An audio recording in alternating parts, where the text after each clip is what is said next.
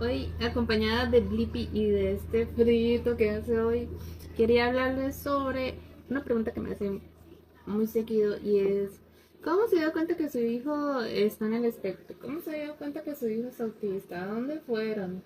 ¿Quién les hizo el diagnóstico? Etcétera, etcétera. Es como, no sé, como lo que más les llama la atención acerca del espectro. ¿Cómo se puede notar? Eh, Y voy a empezar diciendo que nosotros supimos que Mateo estaba en el espectro hasta que recibimos un diagnóstico como tal hecho por un profesional. Sospechas sí tuvimos desde muy pequeño, como cuáles.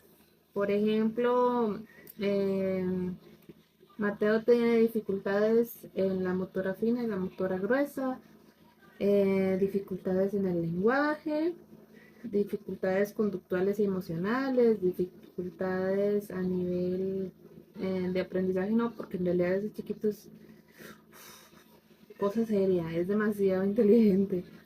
A mí me asombra, de verdad. Y tal vez no en el aprendizaje como académico y así, pero hay otras cositas como interacción social, como reglas sociales, ese tipo de cosas son las que se le dificultan bastante. ¿Cómo notamos nosotros o cómo fuimos sospechando que Mateo estaba en el espectro? Muchas características, muchas señales en chicos en el espectro. No todos tienen las mismas señales, entonces no es como una lista básica de señales. Pero hay algunas señales que comparten en conjunto, como por ejemplo el rechazo al contacto físico. A Mateo no le gustaba abrazar ni siquiera a su mamá, que soy yo. El rechazo al contacto visual, que para mí desde muy pequeño era evidente, pero a nadie le parecía como evidente, solo yo lo notaba. Luego otras personas empezaron a notarlo, pero Mateo empezó a enmascarar desde muy pequeño, entonces como la gente le decía: Mateo, véame, él empezó a enmascarar y empezó a hacer contacto visual y entonces creímos que todo fuera una etapa, ¿verdad? Mateo apenas tiene 4 años. ¿Qué otra cosa? Bueno, sus juegos siempre han sido como de apilar los juguetes. Juguetes me refiero a bloques, carritos, dinosaurios y para de contar, ¿verdad? Eh, Después empezó como a jugar con frutas y vegetales, que es lo que tenemos por aquí: frutas, vegetales, platos, vasos. Él hace batidos, a veces me hace paellas y cosas así, ¿verdad? Pero a más allá de eso, no le encantan los demás jugueteos, o vale apilar los juguetes o ordenarlos por colores o ponerlos en fila. Ese es su tipo de juego.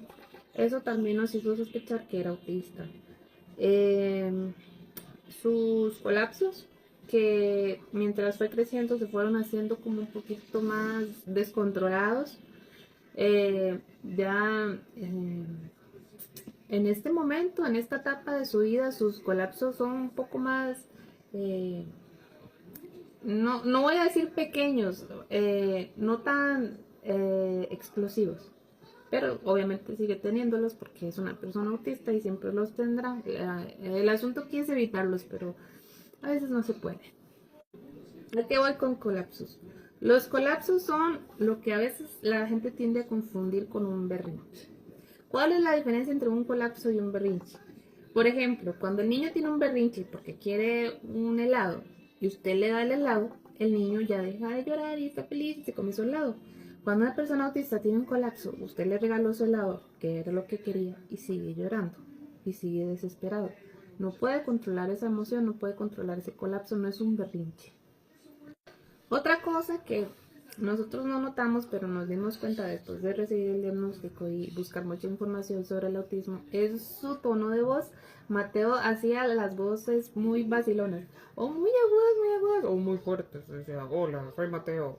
Eh, Como que se supone que algunas personas en el espectro tienen una voz muy monótona, pero Mateo la va cambiando su tono conforme a la conversación o conforme con quien esté conversando. Es algo muy característico también del espectro. Es algo que a todo el mundo le hacía mucha gracia porque nadie nunca lo había visto en otro niño. Era el hecho de que Mateo diera tantas vueltas y nunca se marea. él para jugar, ¿verdad? Daba vueltas, vueltas, vueltas, y todo el mundo, Mateo, te vas a caer, Mateo, te vas a golpear, no de tantas vueltas. Y luego sigue su vida normal, común y corriente, y se va. Y entonces todo el mundo se sorprendía, ¿cómo es que da tantas vueltas y no se marea? Bueno, eso también es una señal de autismo. Otra señal del autismo es la necesidad de expresar la emoción físicamente. Es imposible, tal vez para una persona autista, no expresar euforia o enojo o cualquier emoción físicamente. Entonces, por ejemplo, cuando Mateo está muy feliz, aletea. Esa es una señal de autismo también.